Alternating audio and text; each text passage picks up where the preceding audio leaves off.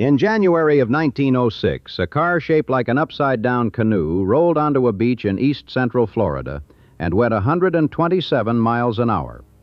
The car was a Stanley steamer powered by a boiler, driven by a man named Fred Marriott, who'd been chosen for the job because he was the only bachelor on the crew. The beach was Daytona, and the sand Marriott drove on, 23 miles of smooth, hard-packed quartzite, sloping gently toward the Atlantic, was the fastest natural surface on Earth. That speed record stood for 4 years. The steam car record wouldn't be broken for more than a century. And if you drive to that same beach today, you'll pass a steel sign arching over the road that still reads, "World's Most Famous Beach."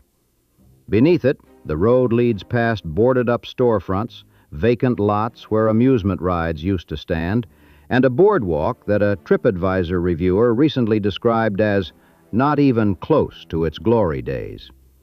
The sign is still there. What it's pointing to has mostly vanished. The sand is where this story starts, because the sand is why any of this happened at all. Most beaches in Florida are made of crushed shell, beautiful to look at, but soft, loose, terrible for tires. The beaches around Daytona and neighboring Ormond Beach were different. The grains were quartz, fine and angular, and when the tide packed them down, they formed a surface almost as hard as asphalt. In a country that had barely 100 miles of paved road at the turn of the 20th century, that mattered enormously. The automobile was brand new. Manufacturers needed somewhere to prove that their machines worked, and the sand along the Halifax River gave them something no racetrack in America could: a flat, wide, miles-long straightaway where a car could open up and show what it could do. Henry Flagler saw the opportunity first, or at least he saw it most profitably.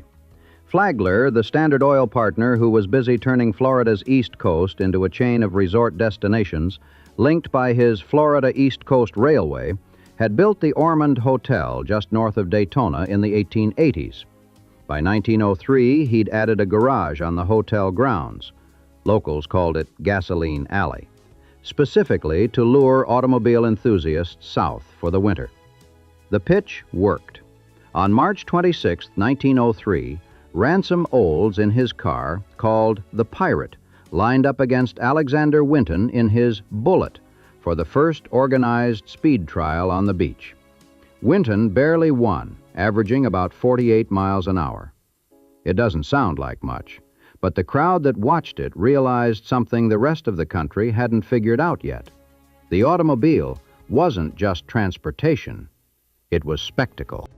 The next year, William K. Vanderbilt, Jr. brought a Mercedes to the beach and covered the measured mile at 92 miles an hour, a world record. Arthur McDonald broke it the following year with a Napier at 105. Then Marriott's Stanley steamer blew them all away. Barney Oldfield came in 1910 with a monstrous 200-horsepower Benz and hit 131. Sir Malcolm Campbell arrived from England in 1928 and reached 207 in his streamlined Bluebird. Between 1904 and 1935, 11 world land speed records were set on the Daytona-Ormond stretch. For 3 decades, the most important names in the American automobile industry gathered on this one narrow strip of Florida coastline. Henry Ford used to come down and sleep in Flagler's Gasoline Alley garage to avoid paying for a hotel room. Louis Chevrolet tested cars there. John D. Rockefeller took long walks on the sand. Harvey Firestone brought his tires. The automakers were using the beach the way Silicon Valley would later use a garage, as a proving ground, a place where reputation was made in public, at speed, in front of crowds who came from Jacksonville and Orlando, and eventually from New York and Detroit. The hotels in Ormond Beach and Daytona filled up every January and February. The restaurants did well. The shops did well. The city wasn't just hosting races, it was hosting the birth of the American car culture. And the reason was always the same: the sand. It was also the sand that created the town itself, or at least gave it a reason to exist. The land that would become Daytona had been a sugar and cotton plantation under a Spanish land grant around 1800, worked by a settler named Samuel Williams. His son inherited it. It burned to the ground during the Second Seminole War in 1835. After the Civil War, a colony of freedmen, black Union soldiers and their families, settled nearby under the direction of Esther Hill and John Milton Hawks. Then came Matthias Day, a businessman from Mansfield, Ohio, who'd made his money selling sugar mill equipment and who bought 3,200 acres along the Halifax River in 1870 for $1,200. He built the area's first hotel in 1874, then 20 homes, a general store, a post office. Day was one of those restless post-Civil War optimists who believed that Florida was going to start over, and he wanted to be the man holding the deed when it did. He ran out of money within 2 years, lost the land, went back to Ohio. But the settlement kept his name, Daytona. It was incorporated as a town in 1876. It barely grew until Flagler's Railroad arrived in 1890. After that, the population surged, a 35% annual growth rate in the 1920s, when the three separate towns of Daytona, Daytona Beach, and Seabreeze merged into a single city, and a civic leader named Jerome Bergman began promoting it with a slogan that stuck: the world's most famous beach. By the time the sign went up in the 1930s, the name had already become the brand. But here is the first turn in the story, and it's one that echoes through everything that comes after. By the mid-1930s, the beach was getting crowded. Development was creeping toward the shoreline. The speed record crowd had moved on. Campbell's next attempts were at the Bonneville Salt Flats in Utah, where there was more room and fewer spectators wandering into the path of a car doing 200 miles an hour. The era of land speed records on Daytona's sand was over, and in the gap it left, a young mechanic from Washington, D.C., named Bill France, saw a different kind of opportunity. France had moved to Daytona Beach in 1934, supposedly on his way to Miami, but he stopped, liked the town, and stayed. He ran a gas station on Main Street. He raced stock cars on the side, big, heavy American sedans, the kind of cars that regular people drove to work. On March 8, 1936, he entered the first organized stock car race on the beach, a hybrid course, roughly 3.2 miles, that ran south on the sand, turned onto the paved road that paralleled it, Route A1A, ran north along the blacktop, and then turned back onto the beach to complete the oval. The sand was the straightaway. The road was the backstretch. The turns were soft, rutted, chaotic. Cars fishtailed through them, spraying sand, sometimes spinning into the palmetto scrub. France finished fifth. But he understood something that the old speed record aristocrats had missed. Americans didn't want to watch exotic, one-off machines piloted by gentlemen in goggles. They wanted to see cars that looked like theirs, driven by men who talked like them, banging fenders at 100 miles an hour. That was a sport. The land speed stuff was a science experiment.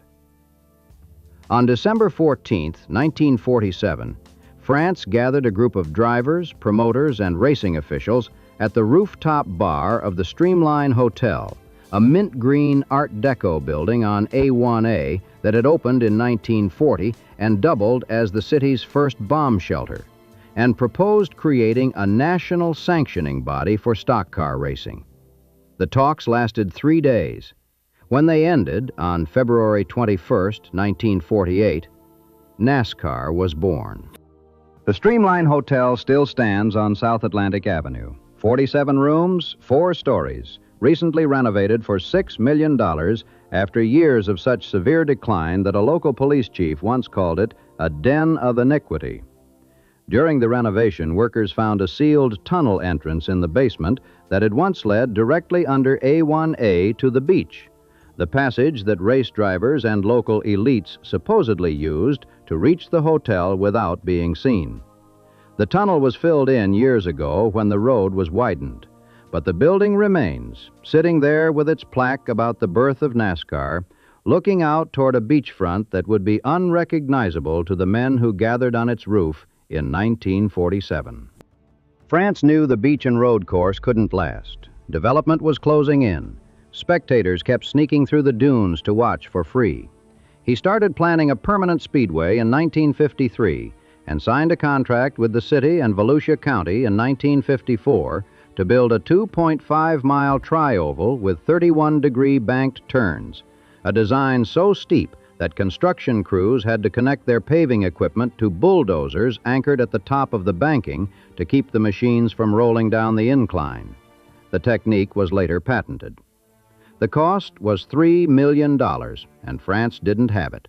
He sold 300,000 shares of stock at $1 each, mortgaged his house, borrowed $600,000 from Texas oil millionaire Clint Murchison, and when all of that ran out, started selling tickets to a race at a track that hadn't been built yet. Daytona International Speedway opened on February 22, 1959.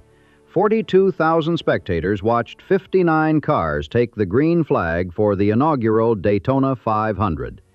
The posted purse was $67,760. The finish was so close that it took 3 days of reviewing photographs to determine that Lee Petty, not Johnny Beecham, had crossed the line first. The photo showed them nearly side by side, with a lapped car making it 3 wide at the stripe. It was the kind of ending that seemed designed by a screenwriter, and it cemented the Daytona 500 as the most important race in American stock car racing, which it has remained, in theory, ever since. For Daytona Beach, the Speedway was a turning point, though not entirely the one France intended. He'd built it to replace the beach course, and it did. The last beach race was held in 1958.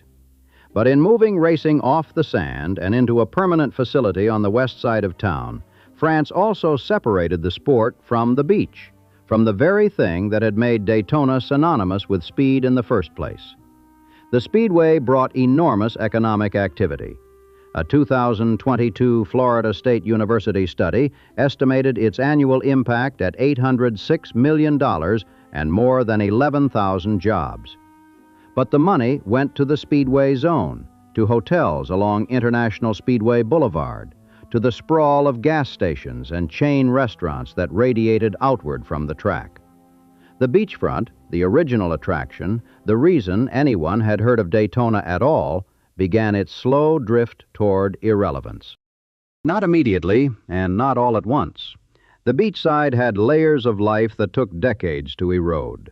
Through the 1960s and 1970s, Daytona Beach was still a legitimate destination, a place where middle-class families drove down from Georgia and the Carolinas for a week, parked their car on the sand, spread a blanket, and stayed at the Clarendon Hotel. The Clarendon had been operating since 1888, rebuilt in 1911 after a fire destroyed the original, at 5:30 in the morning on February 14, 1909, with 215 guests asleep inside, all of whom made it out alive. The new building was 7 stories, fireproof, with Turkish baths, a manicure parlor, a barber shop, an 18-hole golf course, tennis courts, horseback riding, trap shooting, and a 1,200-foot pier stretching into the Atlantic. Pilots flying down the coast used the hotel as a navigation point. Flying exhibitions were staged on the beach to entertain guests. The Clarendon, later renamed the Plaza Resort and Spa, was the kind of grand beachfront hotel that made you feel like you were somewhere that mattered. On the mainland side of the Halifax River, Beach Street served as the commercial downtown, the historical heart of the city. Commodore Charles Burgoyne, an early 20th century civic booster, had organized concerts along the riverfront and promoted events to travelers. The street had restaurants, shops, a sense of civic life independent of the tourists. On the beach side, there was a boardwalk built in the late 1920s with a concrete promenade and by 1938, a coquina bandshell constructed by the WPA, where the Daytona City Band and the Junior Orchestra performed on summer evenings. There was a pier built in 1925. There were amusement rides, a Ferris wheel, a roller coaster called the Sand Blaster, go-karts, arcades, and there was the simple, singular fact that you could drive your car right onto the beach, a tradition stretching back to the days of Vanderbilt and Marriott and the Stanley steamer, and park it at the edge of the Atlantic and watch the waves. 16 access ramps led from A1A down to the sand. On a busy weekend, the beach looked like a vast, sun-bleached parking lot with an ocean at the end of it. It was weird. It was wonderful. It was the thing that everybody remembered about Daytona Beach. What happened next is a story of decisions, and each one seemed rational at the time, and each one stripped away something that people actually came for. The first wave the city invited, and then destroyed, was spring break. In the 1960s, Daytona's marketing team looked south at Fort Lauderdale, which had been the unofficial spring break capital of the world since the 1950s, and decided they wanted a piece of it. They went after it aggressively. By the late 1960s, more than 100,000 students were showing up every March. By the 1980s, after Fort Lauderdale's mayor went on national television to tell students they weren't welcome anymore, Daytona inherited the entire phenomenon. MTV set up at the Coquina Bandshell in the early 1980s and started broadcasting spring break concerts. Cheap Trick, Heart, the Red Hot Chili Peppers, Rem. And by 1986, the network was running all of its programming from Daytona for an entire week. At its peak in the early 1990s, as many as 350,000 students descended on the city. The economic impact was estimated at $120 million a year. And the city hated it. Not all at once and not everyone equally, but the complaints accumulated. Hoteliers said rooms were getting destroyed. Insurance claims spiked every March. Underage drinking was essentially uncontrollable. The American Medical Association would later release a statement calling spring break no longer an innocent respite from the rigors of college academics, but potentially life-threatening, noting that the average student on a break trip consumed 10 alcoholic drinks per day. In 2002, things reached a kind of grotesque peak. Scores of high school girls were handcuffed and arrested on the beach for showing their breasts. Students passed out in the street. Hoteliers reported vandalism so severe that some rooms had to be gutted after the season.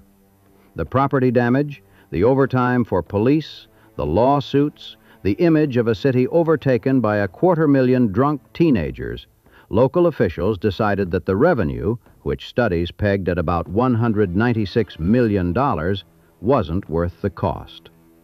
For comparison, the Daytona 500 and its companion race brought in $561 million that same year. Bike Week brought $744 million. Spring break was, by the numbers, the least profitable and most destructive of the city's major events. They cracked down. They restricted alcohol on the beach. They stopped promoting the event. They made it clear, in the way Fort Lauderdale had made it clear a decade earlier, that students were no longer welcome. MTV left. The students drifted south to Panama City Beach, where the rules were looser, and then to Cancun, where the drinking age was 18, and the hotel owners didn't complain. By the mid-2000s, spring break in Daytona was essentially over. The city didn't even estimate the number of students who came anymore. The logic was straightforward. Replace the spring breakers with families, higher spending, better behaved families, who would fill the hotels year-round instead of wrecking them for 2 weeks in March. The problem was that the families never came in the numbers the spring breakers had, and the businesses that had depended on that March revenue, the bars, the shops on Main Street, the boardwalk concessions, started to close. By the 2000s, the beachside commercial district was peppered with vacancies, and spring break, supposedly vanquished, kept returning in mutant form. In March 2026, social media promoters organized unauthorized events that drew chaotic crowds. Over 2 days, more than 130 people were arrested. The city declared a state of emergency. The county sheriff implemented a nighttime curfew for minors and designated special event zones where fines were doubled and vehicles were subject to seizure. City leaders openly discussed ending the spring break tradition once and for all, as if it were still a tradition they controlled, rather than something that kept happening to them no matter how many ordinances they passed. Meanwhile, by 2018, when 4 reporters from the Daytona Beach News-Journal walked the 10.5-mile stretch of A1A from Granada Boulevard to Dunlawton Boulevard, they counted 213 vacant lots, buildings, and storefronts. 152 of them were in Daytona Beach proper. The empty buildings, the reporters wrote, bled rust and rotting wood. Vacant storefront windows were covered with crumpled brown paper, plywood, and faded bed sheets. The second thing the city killed, or tried to, was beach driving itself. For a century, driving on the sand had been Daytona's most distinctive feature. It was the thing that made the beach different from every other beach in Florida. But by the 1990s, developers had begun arguing that cars on the beach were suppressing property values. If you wanted to build a luxury resort, you needed to offer guests a quality experience, and that didn't include a parade of pickup trucks and dune buggies rolling past the pool. In 1996, the Volusia County Council passed an ordinance banning vehicles from the core tourist section of beach, from Seabreeze Boulevard to International Speedway Boulevard, contingent on the construction of new parking facilities. In 2000, when the Ocean Center opened with 1,500 parking spaces, the ban took effect. The theory was the same as with spring break. Remove the thing that was low rent, and something upscale would take its place. The county closed the beach to cars in front of proposed resort developments. Consolidated Tomoka Land Company, a local real estate firm, offered to buy vacant properties to help rejuvenate the beachside. They found that owners were irrationally attached to their asking prices, holding on to derelict buildings and empty lots, waiting for a boom that wasn't coming, unwilling to sell at prices that reflected what the properties were actually worth. The luxury developments were supposed to attract high-end tourists who wanted an unspoiled stretch of sand, not a parking lot with waves. But the luxury developments mostly never materialized. A report later noted that cities with limited beach driving had higher real estate values. But that was in cities where something else had taken the car's place. In Daytona, nothing did. What happened instead was that the Main Street corridor, which had depended on the foot traffic of people driving onto the beach and walking up to grab lunch, went quiet. The Main Street Merchants Association later said they'd lost a generation of mom-and-pop businesses after the ban. The storefronts emptied. The strip clubs moved in. In 2005, NPR reported on the oceanfront's decline. Empty storefronts, bars, and strip clubs dotting an area once touted as the world's most famous beach. The city responded by trying to use eminent domain to force remaining property owners to sell to developers, a move that generated lawsuits, bitterness, and very little actual redevelopment. The third thing was the boardwalk. In 1989, the city cleared out most of the amusement rides from the boardwalk area to make way for a new hotel, a decision that assumed the rides were holding back investment rather than generating it. The hotel was supposed to be a magnet that would draw more development. It took years to materialize. Various projects were proposed, revised, delayed. When development finally came, an event center here, a water park on city-owned property there, a cluster of chain restaurants like Bubba Gump Shrimp and Johnny Rockets and Sloppy Joe's, it never quite gelled into the vibrant destination the planners had envisioned. The chain restaurants came and, one by one, closed or limped along. The boardwalk area felt dead on all but the busiest days. The Daytona Beach Pier, which had been a central draw since 1925, aged without adequate reinvestment.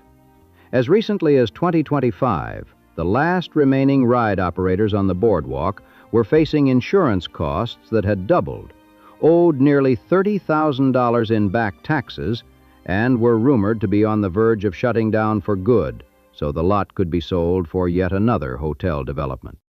Each of these decisions followed the same pattern. The city identified something it considered low value, spring breakers, beach drivers, boardwalk amusements, and removed it, expecting that something higher value would naturally fill the void.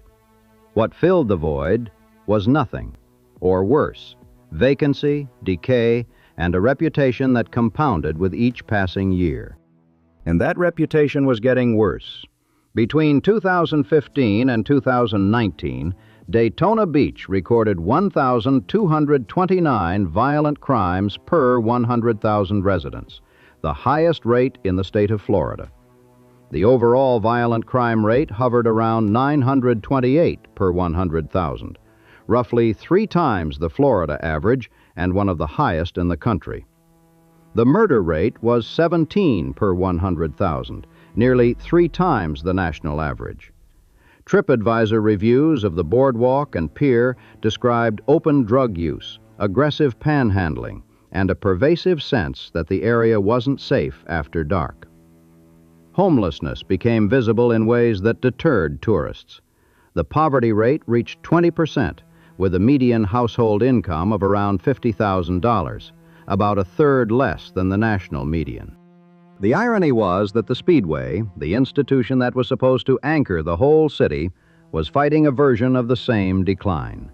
NASCAR, the sport that Bill France had conjured on a rooftop bar in 1947 and built a $3 million cathedral for in 1959, was losing its audience. Average Cup Series viewership fell from 8 million in 2004 to 4.6 million by 2016. By 2025, it had dropped below 2.5 million per race for the first time in history, a decline of nearly 70% in 2 decades. The Daytona 500 itself, once a television event that drew 16 million viewers, pulled a 4.4 rating in 2023. Attendance at tracks across the country was down 30% from its peak. Bristol Motor Speedway, which could hold 150,000, drew 38,000 in 2019. Charlotte went from 180,000 to around 100,000. The fans who'd once made the pilgrimage, the blue-collar Southern families who saw a race weekend as a kind of annual ritual, said they'd been priced out.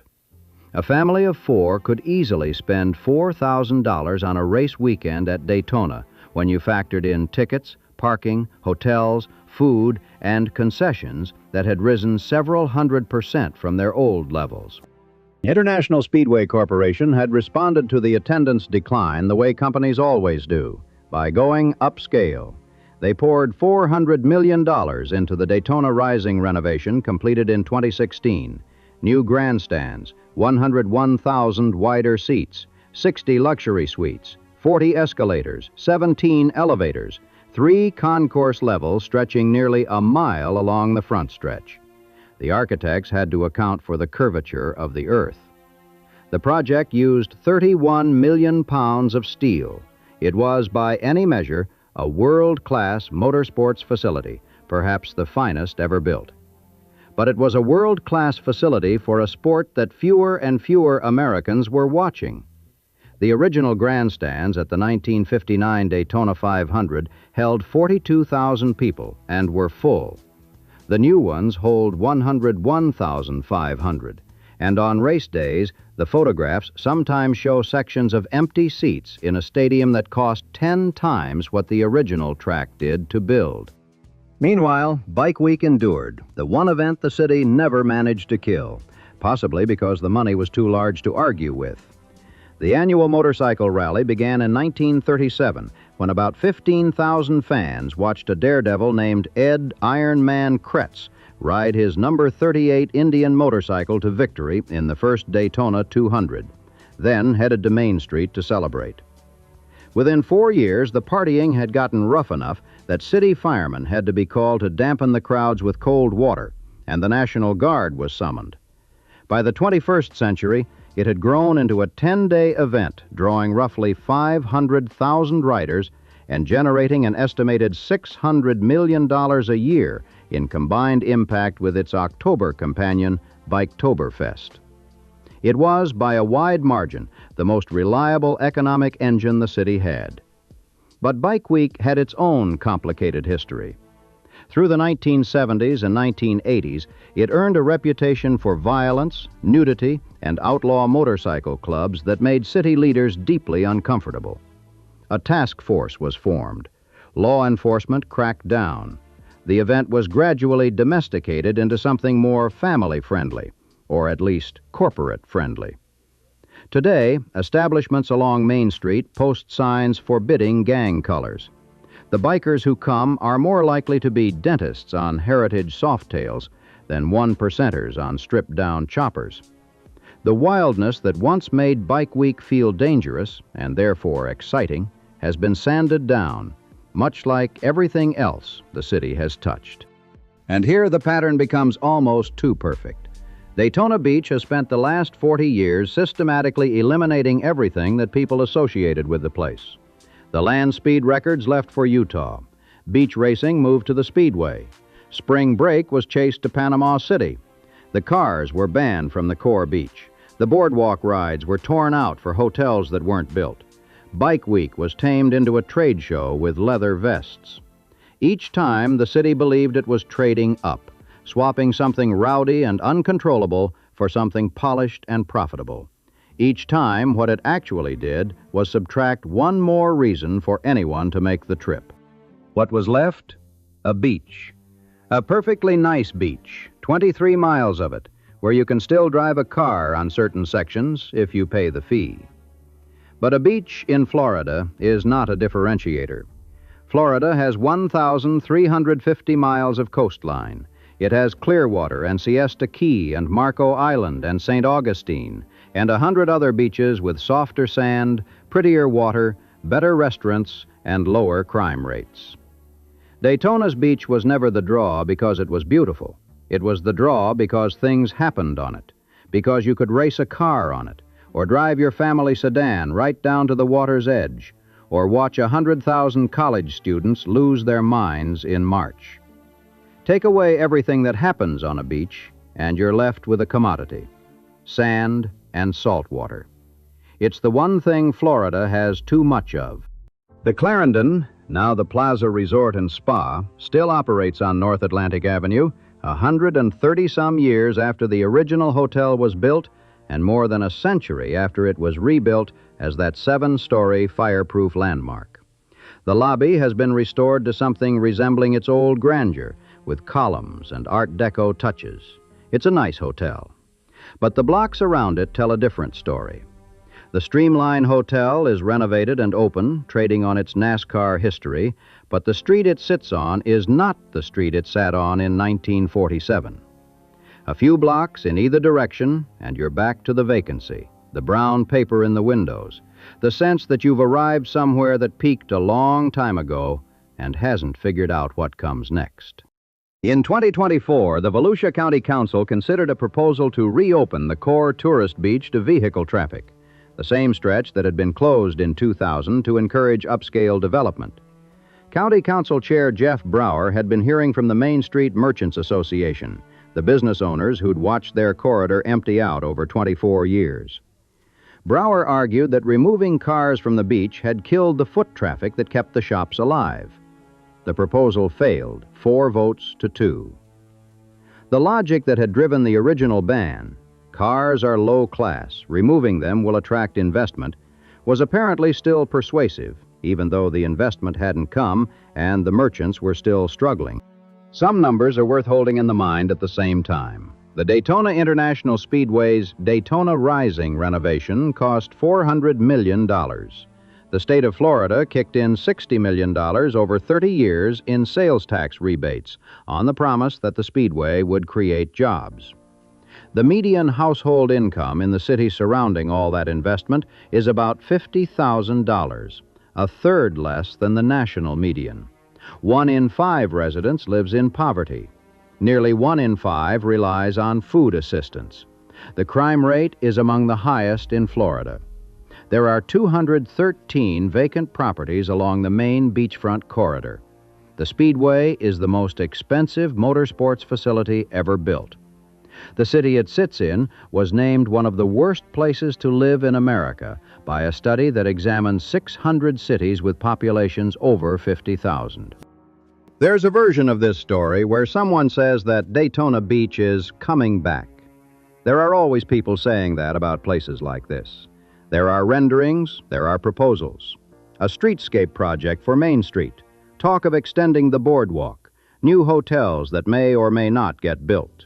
A new slogan, Wide Open Fun, developed by a South Carolina advertising firm for $200,000, including a $44,375 monthly retainer, replacing the old World's Most Famous Beach tagline that had been working since 1920. The city paid an additional $54,000 for focus groups in Miami, Orlando, and Atlanta to test whether the new phrase resonated. This is the kind of decision that has defined Daytona Beach for decades, spending money to rename the thing instead of fixing the thing. Mary McLeod Bethune founded a school in Daytona Beach in 1904 to educate the daughters of African-American railroad workers. It became Bethune-Cookman University. Bethune herself was appointed to government positions by 5 presidents. Her home on the university's campus is a National Historic Landmark. It's one of the few things in Daytona Beach that has lasted without anyone trying to tear it down and replace it with something more profitable. The question that hangs over all of it is whether a city can unmake the choices that unmade it. Daytona Beach didn't decline because of an earthquake or a factory closing or a river changing course. It declined because, over and over, the people running it looked at what was bringing visitors to town and decided they'd rather have different visitors. They wanted the spring breakers' money without the spring breakers. They wanted beach tourism without cars on the beach. They wanted a boardwalk without the rides. They wanted Bike Week without the bikers. Every time, they got what they asked for. The spring breakers left. The cars left. The rides were torn down. The bikers put on khakis. And then, without the noise and the chaos and the slightly disreputable energy that had always been the point of the place, the visitors stopped coming too. Because the thing about a beach town is that nobody drives 600 miles to sit on sand. They drive 600 miles for whatever's happening on the sand. Take that away, and all you've got is sand. Fred Marriott survived his 1906 speed record. He came back to Daytona the following year with a faster version of the Stanley steamer, aiming to break 150 miles per hour on the beach. The car hit a rut at full speed and went airborne. It broke in half when it landed. Marriott was badly injured, but lived. He never raced again. The rut, according to most accounts, had been caused by the outgoing tide shifting the sand, a small imperfection in the surface that had seemed until that moment perfectly smooth and endlessly forgiving. He'd been chosen because he was the only bachelor. Nobody thought to ask what would happen if the sand moved. The world's most famous beach sign still arches over the road at 825 East International Speedway Boulevard. The steel frame was installed in the 1950s to replace an older wooden one from the 1930s. It's been repainted and refurbished several times. If you stand beneath it on a quiet Tuesday morning and look east toward the beach, the road runs past a parking garage, a few low-slung hotels, and a lot of empty space where other things used to be. The sand, when you reach it, is still hard-packed, still quartzite, still unlike almost any other beach in Florida.